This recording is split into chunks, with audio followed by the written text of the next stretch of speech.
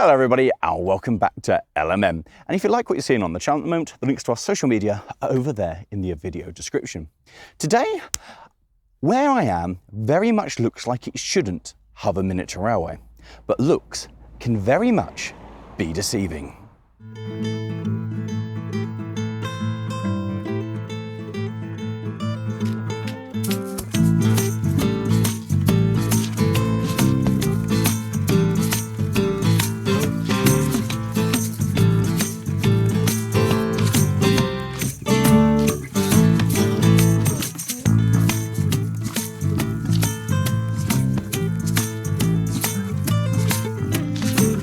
Hidden away on the side of a frankly ridiculously steep hill in the heart of Wales is the Ivy Railway, a 7¼ inch gauge line, which is amazing because stood here, you never have thought that there was a railway. And if you're thinking, I'm sure I've heard that before, that's because the owner of this inn also has his own YouTube channel where he documents the process and the progress of this line, which is quite the outstanding story of one man's determination and, quite frankly, madness. On this short railway, there are several notable features, but none of them are quite as impressive as the fact that this is a 6-foot-high cutting, which has been dug by hand by one man. And I quote that he has had 2 people throughout the entire construction give him a single day.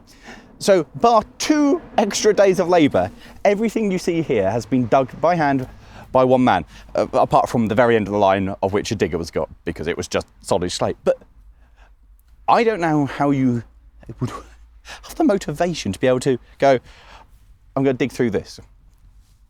It's level with me, guys. And then it just keeps going on. It's not like, oh, it's one little bit to go through. The camera is sat inside the cutting, and it goes on all the way along here. The plus side is that, especially as the moss is growing through here, it makes this whole real railway feel that this was the way the railway would have gone, cutting through the bank. And it's just lovely with a dappled light coming through. There's foxgloves growing up there. It's really, really special. And most importantly, absolutely bonkers. The line is full of lots of wonderful little quirky features, like this platform here called Chapel End, so named because it was the breakthrough moment that Ian managed to draw level with the local chapel. And the line screams a quintessential Welsh narrow gauge. It's just lovely as it wanders its way through the garden. It's just spectacular with all of this around, and it just all goes through. I really want to make something like this because it's glorious. Sitting here in the rather uncharacteristic Welsh sunshine is the far end of the line, complete with another bench so one can sit and await the next train. The whole line's full of these nice features that you can just sit and await the train. It's more than just a mad railway cutting away through a hillside. It's an actual railway with platforms, with seating areas. It's just got that extra level. And looking down there, I just cannot comprehend how somebody looked at it and went, yeah, a railway will go through there. I mean, we're talking on the same level like Brunel, looking at the routes and back in the day of old where people put the most impossible railways through impossible terrain. And this captures that feeling. This is British eccentricity at its best. Hidden away in here, in what feels like a quintessential forgotten railway shed, is the first locomotive on the line, which is in there, do that, and reach. And I love this shed because it's just full of railway bits and just feels like a real engine shed, despite the fact we're on the 7¼ inch gauge. And there it gives us our first look at the locomotive we're looking at today. This is Ivy.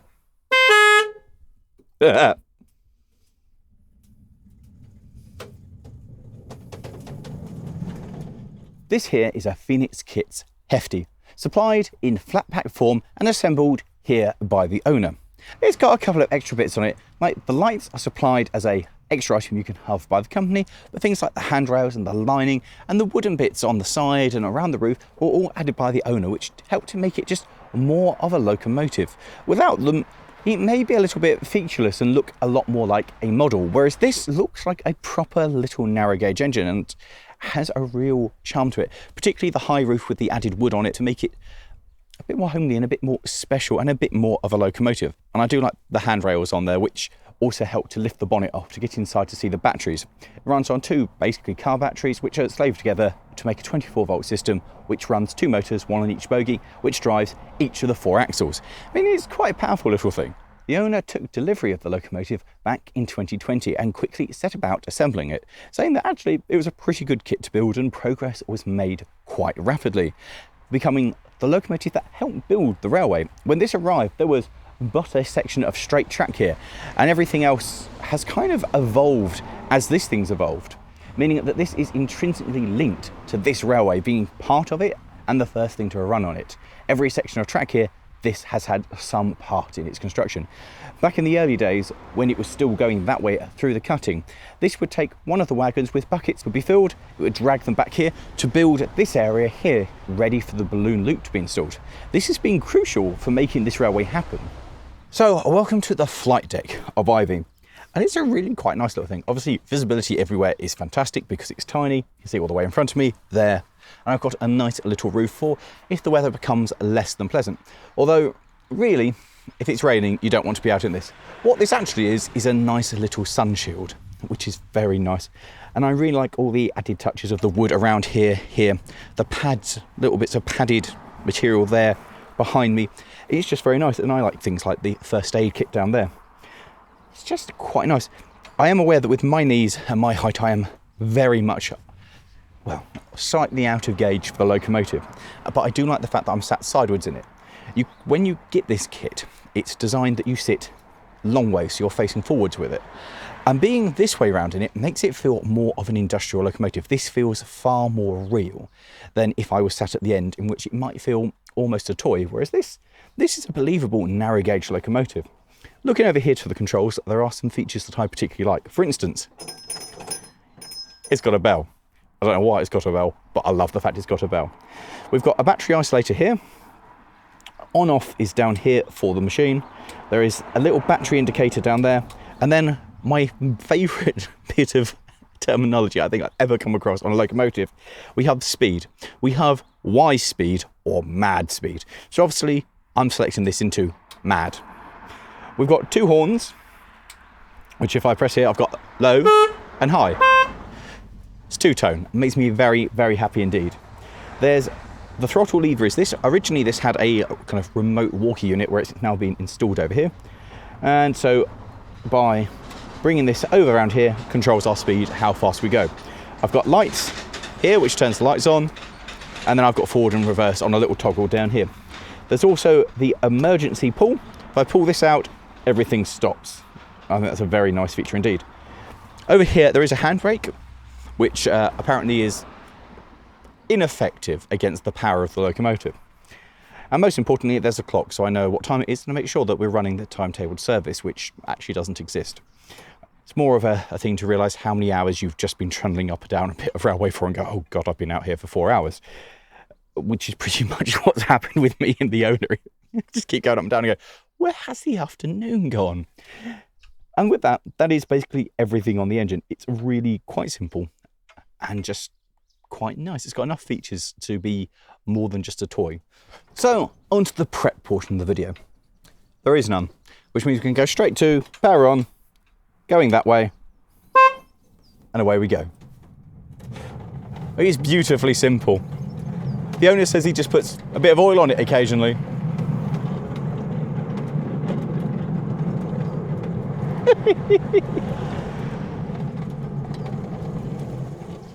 And with that, the obvious thing to do is let's go put it onto some of the stock that Ian has here. With it, they're all individually numbered. We've got 3 coaches, and see what we're going to take out and go for a trundle up and down the line.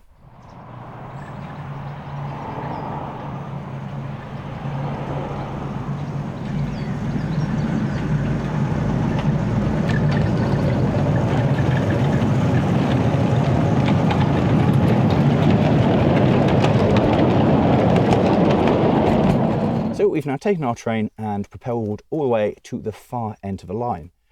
So we're going to take you on a little trip now through the railway. So throttle is just very simple, just gently pull it round. You can hear the electric motors start to take up the strain, and then we pull forward very nicely. And then we start winding our way down this absolutely very definition of minimum gauge.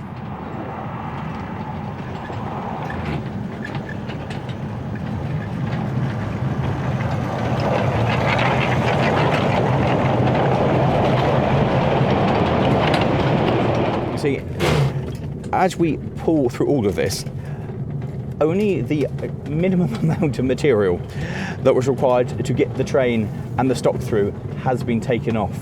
And in some places it is extraordinarily tight. And as we come along this section with all of the greenery growing back along the cutting, we're reminded of the sheer amount of effort it's taken to get to this stage where this one man has just dug this out. And secondly, just how nice it is driving along here and how much it feels like a little railway. And you can kind of, for a second, forget that it's something someone's put here and pretend it's a real working industrial line.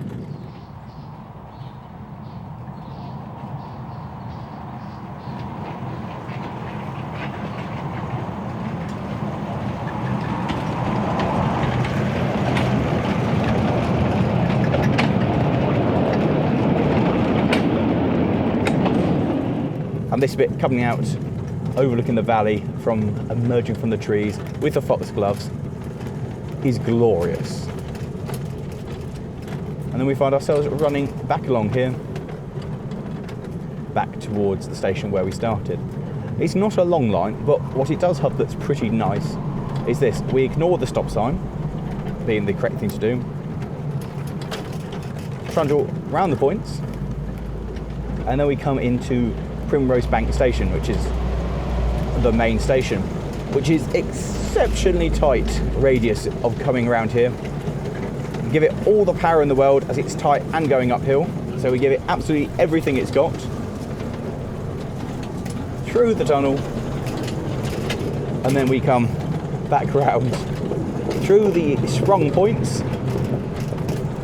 and make our way going back. I cannot believe that we have turned the entire train in such a tiny, tiny space. It's remarkable. But it doubles the run. It means you don't have to stop. And it makes it feel just that you're going further.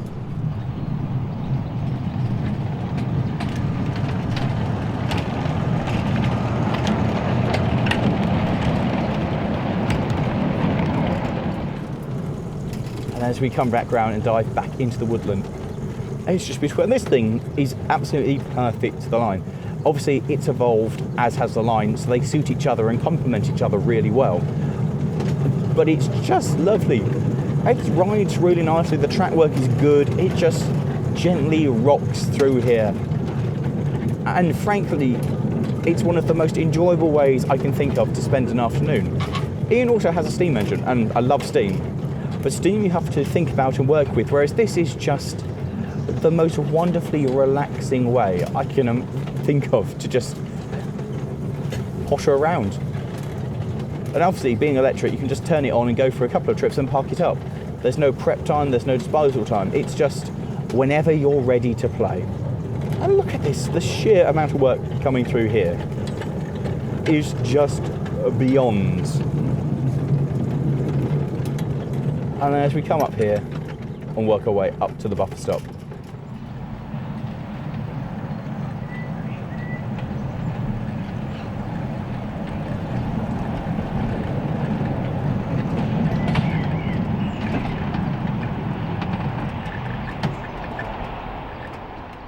that's phenomenal. It's just phenomenal fun. I found out what the bell's for. The bell's to communicate with his other half. She rings a bell to say that dinner's ready. And so he rings a bell to say, I'm here and I'm coming back. That's brilliant. And so that brings us to the end of this video here at the Ivy Railway, winding its way through the side of a Welsh hillside. And you know what? I have thoroughly enjoyed it. I think this is an entirely bonkers setup. And I want to thank the owner, Ian, for inviting me to come along and have a go. It's just been It's wonderful. It's stupid, it shouldn't be as much fun as it is, but it's just been a wonderful way to spend, well, at this point now, several days of trundling back and forth. This thing, the little Phoenix, the Hefty, it's a really good little locomotive for doing exactly this. I don't think you want anything more. Certainly you could have less and get away with it, but this is absolutely perfect. It will pull all the stock, it will trundle around quite happily, and it's just to turn it on and it goes. It's pretty perfect for this, and I cannot fault it. It's super. In fact, I can't fault any of this. So if you want more information on this railway, then how about checking, coming up in the video now, is Elvenny Railways. That is Ian's channel where he shows the progress on this railway and what he's been doing and what he's been up to. So have a look at that and keep up to date and see his adventures. And coming up below is our trip to the other bit of minimal gauge when we went and saw my friend Zach. So thanks for watching, guys, and we'll see you next time. Let us know in the comments if you enjoyed this kind of thing and you want to see more of it. Ta-ra! Yeah.